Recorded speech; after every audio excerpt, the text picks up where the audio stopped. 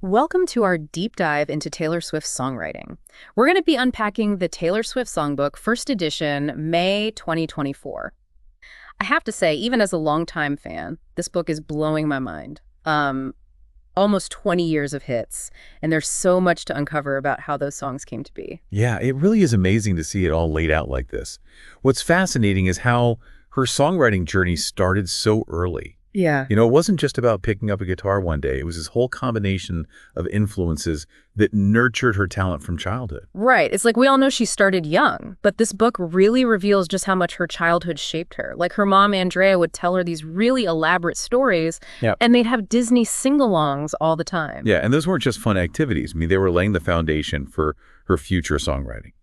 Think about it. Yeah. Stories with characters, emotions, and narratives, all set to music. And it wasn't just passive listening either. There's this anecdote about Taylor in the car after those Disney movies.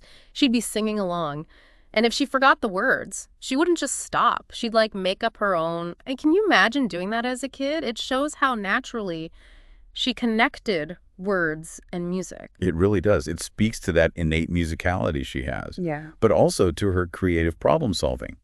Instead of being stumped by forgetting the words, she turned it into a songwriting exercise. Yeah. And then on top of that, she was writing poetry and short stories, even a whole novel before she was a teenager. Okay, that novel part, I'm dying to read that someday. But you're right, all of that writing really built up her skills. And then you add in the influence of those 90s female rock icons. Melissa Etheridge, Sarah McLachlan, Alanis Morissette. She saw them writing about their own lives in this raw, honest way. Exactly. It's like they gave her permission to do the same. Taylor's even said that seeing the Dixie Chicks speak their truth through music was a turning point.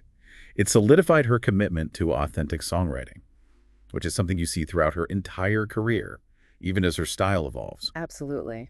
And speaking of her style, let's talk about how she actually writes a song. The book describes it as catching a glittery cloud, that songs appear organically rather than being forced. I love that imagery. Me too. It really highlights that sense of inspiration. But it's not just random. Taylor's incredibly deliberate about her craft. She makes these lists of words she loves, almost like collecting treasures. Sometimes a single word can spark an entire song. Huh.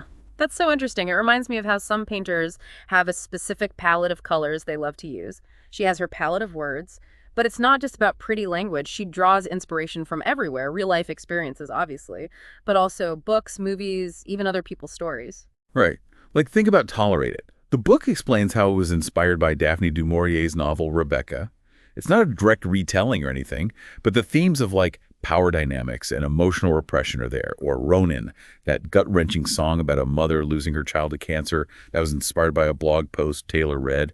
It shows her empathy and ability to channel these deep emotions into her music. Wow, yeah. And she doesn't mess around in the studio. Collaborators like Liz Rose, Ryan Tedder, Aaron Dessner, they all talk about how quickly she writes and how focused she is. Like with Willow.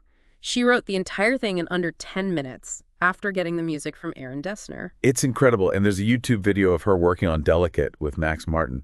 And you literally see the song taking shape in real time. It's pure creative flow.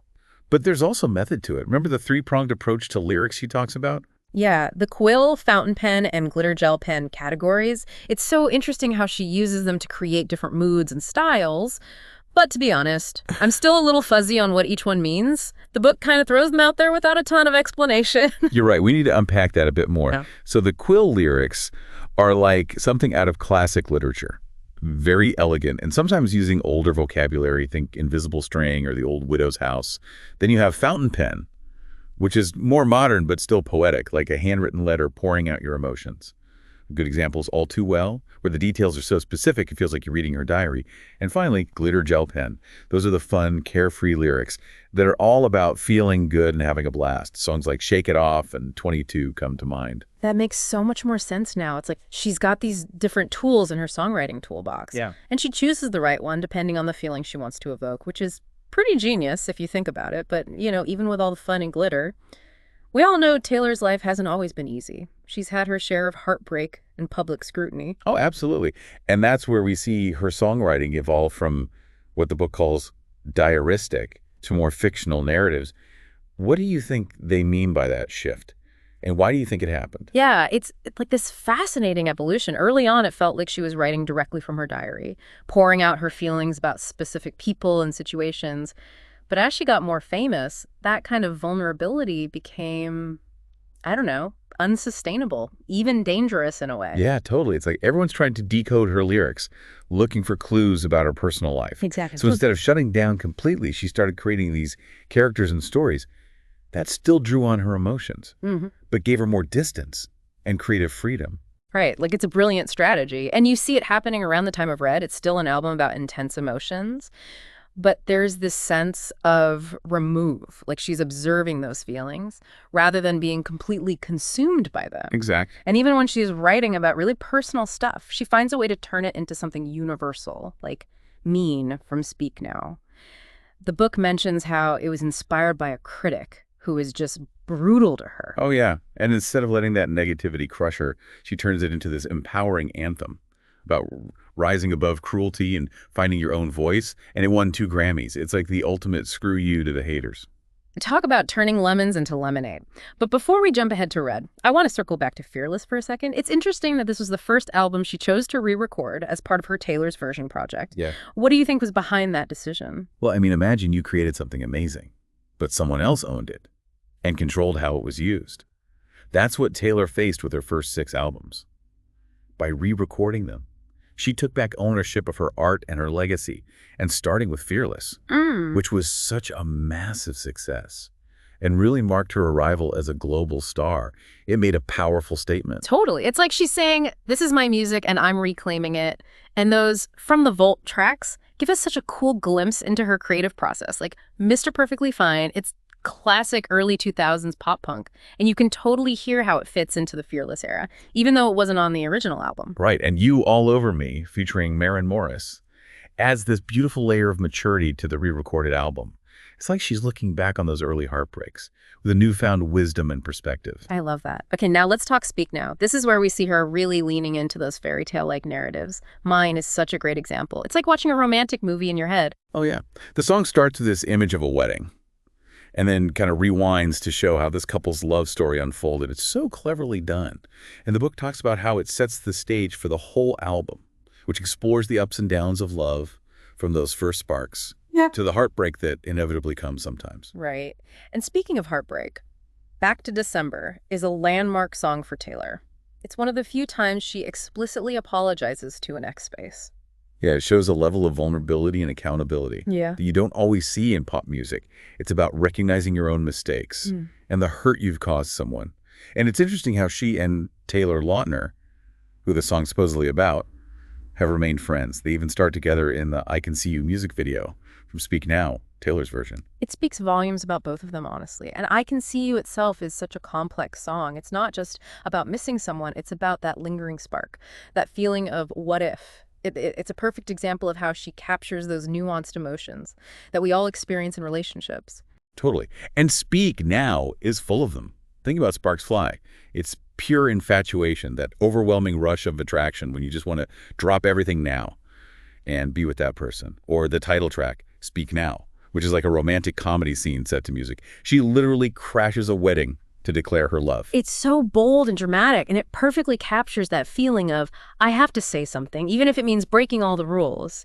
And then you have Dear John, which is arguably one of her most emotional raw songs ever. Yeah, the re-recording prologue describes it as a museum of her feelings at the time. Raw, unfiltered heartbreak. It's such a stark contrast to the more playful songs on the album, but it shows the full spectrum of emotions she's capable of channeling into her music. Absolutely. And even in the midst of all that heartbreak, she still finds these moments of hope and resilience, like Long Live the closing track, which has become an anthem for her fans. Oh, for sure. It's a celebration of their shared journey, of the power of music to connect people and create lasting memories. It's a reminder that even when things are tough, there's always something to be grateful for. Okay, are you ready to dive into Red? This is where things get really intense, both musically and emotionally. Taylor herself described it as an album about heartbreak and healing, rage and rawness, tragedy and trauma. It's a roller coaster for sure, and it starts with State of Grace, which bursts out of the gate with this anthemic energy. It's a sonic departure from her previous work, with those driving guitars and that soaring chorus. Yeah, it's like she's saying, buckle up because we're about to go on a wild ride. Yeah. And then you have the title track, Red, which uses color imagery to capture the intensity of love and heartbreak. It's like she's painting a picture of those emotions with words. It really is. And the use of color as a metaphor for emotions becomes a recurring theme throughout her work, and it's so effective. Red represents passion, anger, love, pain, all those big, overwhelming feelings that come with heartbreak. And then, of course, there's We Are Never Ever Getting Back Together, which is just impossible not to sing along to. It's like the ultimate breakup anthem, full of sass and defiance. It's so good. It perfectly captures that feeling of moving on from a relationship that's no longer serving you, of drawing a line in the sand and saying, enough is enough. And it was a massive hit, topping charts worldwide. Yeah, for a reason. Yeah. And Red takes us even further into pop territory with I Knew You Were Trouble, which has that infectious dubstep-influenced beat. It was a bit of a risk for her at the time, but it paid off big time. Right. It showed that she wasn't afraid to experiment and push her boundaries. And Red also features some incredible collaborations. Yeah. Like Everything Has Changed with Ed Sheeran, which is just pure magic. Ugh, their voices blend so beautifully together, and the song is a perfect example of how simple, honest lyrics can be incredibly powerful. Yes. And The Last Time, the duet with Gary Lightbody from Snow Patrol, is so haunting and atmospheric. It's like you're listening in on a conversation between two people who are trying to figure out their relationship. It's so good. And then there's the 10-minute version of All Too Well, which fans had been begging for years. It's widely considered to be one of her most emotionally raw and detailed songs about heartbreak. Oh, absolutely. It's like a short film set to music. The lyrics are so vivid and specific, you feel like you're right there with her, experiencing every moment of that relationship's collapse. Yeah. And the re-recording gave us even more of that heartbreak, which is bittersweet but brilliant. So true. Red also includes some beautiful ballads, like Begin Again, which is about finding hope after heartbreak, and The Lucky One, which explores the complexities of fame and the toll it can take. Right. The Lucky One is a reminder that even the most glamorous life comes with its own set of challenges and sacrifices. Absolutely. And then there's 22, which is the ultimate anthem for anyone navigating their early 20s, trying to figure out who they are and where they belong. It's such a fun, carefree song. And it perfectly captures that sense of possibility and excitement that comes with being young and discovering yourself. Absolutely. Yeah. And Red also gave us some amazing From the Vault tracks. Yeah. Like Nothing New, the duet with Phoebe Bridgers, which is a hauntingly beautiful reflection on aging and the pressures women face in the music industry. Oh, it's such a poignant song. And it shows how Taylor is willing to address those bigger societal issues through her music. For sure. Red is truly an album for the ages, and Taylor's songwriting is at its finest. It's a reminder that heartbreak can be messy and complicated, but it can also be a catalyst for growth and self-discovery. Yeah, definitely. Okay, are you ready for a complete sonic shift? Because we're about to enter the 1989 era, where Taylor fully embraces pop music and creates some of her most iconic anthems. Oh yeah, 1989 was a game changer. And it all starts with Welcome to New York, which is like a love letter to the city and a declaration of independence. Right. It's like she's saying, I'm starting a new chapter and I'm ready to take on the world and shake it off. The album's lead single became an instant anthem for anyone who's ever felt judged or criticized. For sure. That song is all about embracing your individuality and not letting the haters get you down. It's a message that resonated with millions of people, and it helped solidify Taylor's status as a pop icon. Totally. And then there's Blank Space, which is a masterpiece of satire and self-awareness. It's like she's taking all those tabloid narratives about her love life and turning them on their head. Yeah, she's basically saying, you think I'm a crazy man-eating serial dater? Okay, let's play with that. It's brilliant. And it became one of her biggest hits. It's so good. 1989 also features some incredible love songs, like Style, which is widely believed to be about Harry Styles, and has that classic timeless feel, and Wildest Dreams, which captures that bittersweet feeling of remembering a past love. And Out of the Woods is a standout track. With its synth-heavy production and introspective lyrics, it's about the anxieties and uncertainties that come with falling in love and trying to make a relationship work. Ugh, so good. And then there's Bad Blood, which is rumored to be about a feud with another female artist. It's a fierce and defiant track that showcases Taylor's ability to write about conflict and betrayal. Yeah, 1989 is an album full of bops and ballads, and it really cemented Taylor's place as a pop music powerhouse. Oh, for sure. Before we move on to Reputation, I think it's worth taking a quick detour to talk about some of Taylor's collaborations and non-album singles. The Songbook highlights some really interesting ones, like Safe and Sound with the Civil Wars, which was featured on the Hunger Games soundtrack. Oh, yeah. That song is so haunting and atmospheric. It's a perfect example of how she can create music that fits a specific mood and setting. Exactly. And both of us, with B.O.B., showcased her versatility, Yeah. blending her vocals with his hip-hop style. Totally. And who could forget Sweeter Than Fiction, which she co-wrote for the film One Chance. It's such a sweet and uplifting song. Yeah, and then, of course, there are the Christmas songs. Christmas Is When You Are Mine from her early days. Yeah. And Christmas Tree Farm, which she released in 2019. Ugh, Taylor really knows how to capture the magic of the holidays in her music. She really does.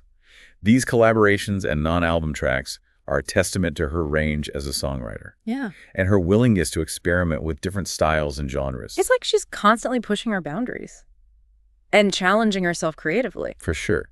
Okay, now let's dive into Reputation, which marked a darker and edgier era for Taylor. Reputation is definitely Taylor at her most fierce and unapologetic. It's like she's reclaiming her narrative after a period of intense public scrutiny and feuds. Right, and the album's lead single, Look What You Made Me Do, is a perfect example of that shift. It's a bold statement of self-ownership and defiance. With that iconic line, I'm sorry, the old Taylor can't come to the phone right now. Why? Oh, 'cause she's dead. Ugh, that song broke records. It was the most streamed song in a single day at the time. And the music video is a masterpiece of symbolism and imagery, representing her shedding her old skin and embracing a new, bolder persona. It's amazing. And Ready for It is another track that explodes with that dark, synth-heavy energy. It's all about taking control and setting your own terms. It's so good. And Reputation also features some incredible love songs like Endgame, which features Ed Sheeran and Future, Yeah. and Delicate, which is a more vulnerable and introspective track about the early stages of a relationship. Delicate is particularly interesting because it shows a different side to her songwriting. It's less about grand pronouncements and more about the anxieties and uncertainties that come with letting someone in. Totally. And Getaway Car is a standout track with its cinematic narrative about a relationship that's destined to crash and burn. It's a great one. That song is full of imagery about escape and rebellion, and it's become a fan favorite. Oh, yeah. Reputation also features some really interesting deep cuts like Don't Blame Me, which explores the idea of love as an addiction, and New Year's Day, which is a beautiful ballad about the quiet intimacy of a lasting relationship. And Call It What You Want, which is just a gorgeous declaration of love and support. In the face of all that negativity, Reputation is an album about transformation and resilience.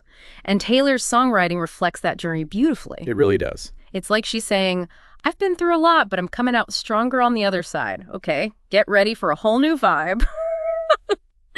Because we're moving into Lover, an album that feels like a burst of sunshine after the darkness of Reputation. It really does. It's like she's stepping back into the light, embracing love and joy, but without shying away from vulnerability. Yeah, and you can totally feel that shift in the title track, Lover. It's a straight-up love song.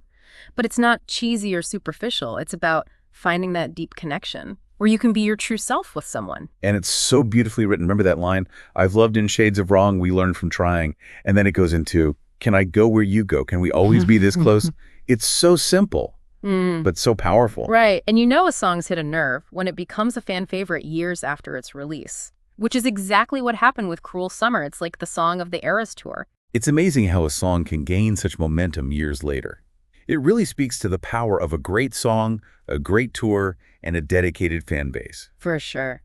But Lover isn't just about romantic love. It also explores those internal struggles, the anxieties and insecurities that we all face. Like in The Archer, where she sings, I've been the archer, I've been the prey. It's such a relatable feeling, that sense of constantly battling with yourself, wondering if you're good enough, if you're going to get hurt. Right. And then there's Cornelia Street, which is a love letter to a specific place, and the memories it holds. It's so vivid, you can practically picture that street in New York City. It's such a great song. It reminds us that sometimes the most powerful songs are the ones that are rooted in specific details, in those little moments that make up a life, a relationship. And then there's Death by a Thousand Cuts, which is musically upbeat, but lyrically devastating. Yeah, it's a perfect example of how Taylor can create such depth and complexity within a seemingly simple pop song. And on the flip side, we have You Need to Calm Down, which is a straight-up anthem about embracing acceptance and standing up to hate. Oh, yeah. It's a timely message. And the music video is a celebration of diversity and inclusivity, featuring all sorts of amazing cameos. It's such a fun video. Okay, get ready for another shifting gears, because we're about to enter the folklore and Evermore era. This is where Taylor takes a sharp turn into indie folk territory, creating these incredibly atmospheric and introspective albums. These albums were a complete surprise. No pre-release promotion, no singles, just boom folklore drops, and everyone's like, what is happening? This is amazing. Right. And it was such a departure from what she'd done before, but it felt so authentic, so true to her voice as a songwriter. The book talks about how her collaboration with Aaron Dessner from The National was a major influence on the sound of these albums. Yeah, for sure. Dessner brought this indie sensibility, this focus on texture and atmosphere that really allowed Taylor's storytelling to shine through. And the narratives on these albums are so intricate and captivating, like Cardigan, August, and Betty, which form a trilogy of songs told from different perspectives within a love triangle. It's like she's creating a whole world within those 3 songs. Yeah. Drawing you into the lives of these characters and making you feel every bit of their joy, their heartbreak, their longing. And then there's The Last Great American Dynasty, which is a masterpiece of historical storytelling. It really is. She weaves together fact and fiction to tell the story of Rebecca Harkness, the previous owner of Taylor's Rhode Island home. And it's just brilliant. It shows her deep appreciation for history and her ability to find inspiration in unexpected places. I love that song. And Folklore also features some of her most moving ballads. Exile with Bon Iver is just heartbreaking, and My Tears Ricochet is a haunting exploration of grief and loss. And Epiphany was inspired by her grandfather's experiences in World War II, and it's a powerful tribute to those who have served their country. It's so beautiful. And then we have Evermore, which continues that introspective journey. Willow, the lead single, is so ethereal and haunting. It feels like a spell being cast. And Champagne Problems is a gut-wrenching ballad about a relationship ending. But it's written from the perspective of the person being broken up with. That's a really interesting choice. And it adds a layer of complexity to the song. You can feel the pain of the person who's realizing that they're not enough for the person they love. Oh, it's so sad. Evermore also has some fun, upbeat tracks, like Gold Rush, which is about being completely smitten with someone, and Nobody, No Crime, which is a murder mystery ballad featuring her inner Agatha Christie. It's so clever and unexpected. Folklore and Evermore really solidified Taylor's place as one of the most versatile and innovative songwriters of our time. I completely agree. Okay, next stop on our journey is Midnights, which is Taylor's 10th studio album. It's a concept album about those thoughts and feelings that keep us up at night. The anxieties, the regrets, the what-ifs. It's a journey through the darkest corners of our minds. But it's not without hope. There's a sense of resilience running through the album, a recognition that even in the midst of our struggles, there's beauty to be found. An anti-hero. The album's lead single is brutally honest. It's like she's giving voice to those thoughts we all have, but are afraid to say out loud, those insecurities, those self-destructive tendencies. Yeah, it's incredibly relatable. And it's a reminder that even someone as successful and seemingly confident as Taylor Swift struggles with those same things. For sure. And Midnights also has some incredible love songs. Lavender Haze is about protecting a relationship from outside noise, and Sweet Nothing is this tender ballad about finding solace in the simplicity of love. And Bejeweled is a pure pop banger. It's all about embracing your self-worth and shining brightly, even when others try to dim your light. Love that one. Karma is another fan favorite. It's so catchy. And it's about getting what you deserve, whether good or bad. The music video with Ice Spice is amazing, too. It's so good. Midnights is another example of how Taylor can create music that's both deeply personal and universally relatable. It's a reminder that we're not alone in our struggles, and that there's beauty to be found in even the darkest of nights. So true. And finally, we arrive at the Tortured Poets department. This is Taylor's most recent album, and it's a double album, which is just a testament to how prolific she is. It's a whirlwind of emotions, from heartbreak to anger to self-reflection. It feels like a culmination of everything she's explored in her career so far. It's raw, it's honest, and it's incredibly powerful. The title track, The Tortured Poets Department, is so self-aware. It's like she's acknowledging the role that heartbreak and turmoil have played in her songwriting, but she's also poking fun at herself a little bit. Yeah, it's like she's saying, yeah, I write a lot of sad songs, but what can I say? It's what I do best. And I Could Do It With a Breaking Heart is a prime example of that. It's a heartbreaking ballad disguised as an upbeat pop song. Right. It's like she's putting on a brave face, saying, I'm fine, I'm moving on. But underneath it all, you can hear the pain.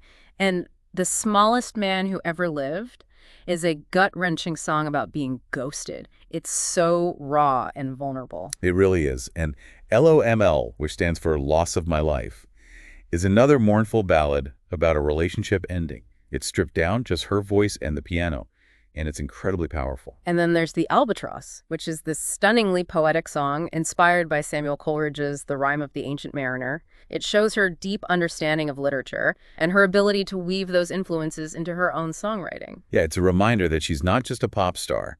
She's a true artist with a deep appreciation for the power of words and storytelling. Totally. And, I hate it here, is a cathartic anthem for anyone who's ever felt like they don't belong.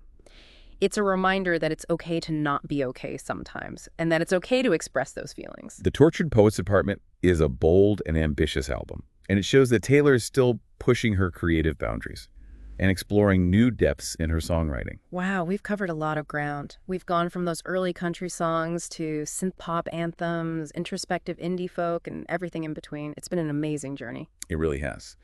Taylor's ability to evolve and experiment while staying true to herself is truly inspiring. She's not afraid to take risks, to try new things, to be vulnerable, to be bold. Absolutely. What stands out to you from this deep dive into Taylor's songwriting? What are some of your favorite songs or lyrics? We'd love to hear your thoughts. And as you continue to explore Taylor Swift's music, pay attention to those recurring themes, the lyrical motifs, and the unexpected turns of phrase. That's where you'll find the true magic of her songwriting. Such a good point. Thanks for joining us on this deep dive. Keep listening, keep learning, and keep celebrating the power of music.